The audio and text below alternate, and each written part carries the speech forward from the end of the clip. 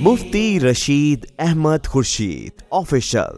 ایک صاحب نے سوال کیا ہے، مفتی صاحب ڈاکٹر بننا چاہیے یا مولوی بننا چاہیے، رہنمائی فرمائیں۔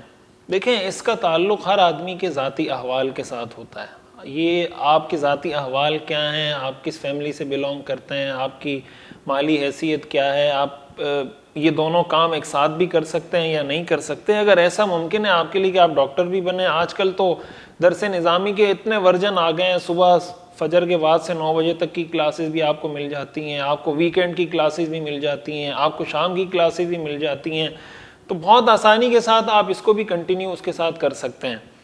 اور باقی جہاں عالم بننا اس کی اہمیت ہے، وہاں ڈاکٹر بننے کی بھی بہت زیادہ اہمیت ہے۔ اگر انسان کی نیت اچھی ہو، مخلوق خدا کی خدمت کی نیت ہو کہ میں ان کی خدمت کی نیت سے یہ فن حاصل کر رہا ہوں یا علم حاصل کر رہا ہوں۔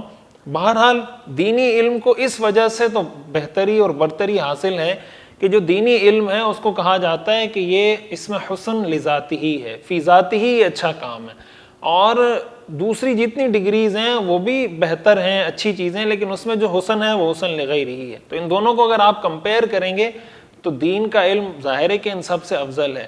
باقی ایسا نہیں ہے کہ اگر آپ عالم نہیں بنیں گے تو گناہگار ہو جائیں گے۔ اپنے ذاتی حالات کو دیکھیں، اپنے قریب کے لوگوں سے مشورہ کریں، جو علماء آپ کو ذاتی طور پہ جانتے ہیں آپ ان سے ملیں اور وہ آپ کی جو رہنمائی کریں تو اس راستے کو اختیار کریں۔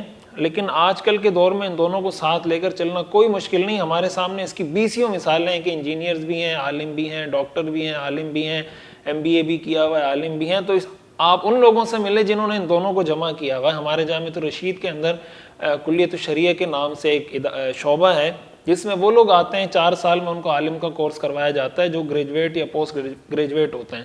تو اس طرح PhDs بھی آئے ہیں، MBBS کر کے بھی لوگ آئے ہیں۔ کہنے کا مقصد یہ کہ ان دونوں کو آپ بہت آسانی کے ساتھ جمع کر سکتے ہیں اگر تھوڑی سی آپ تلاش کریں، جستجو کریں، محنت کریں۔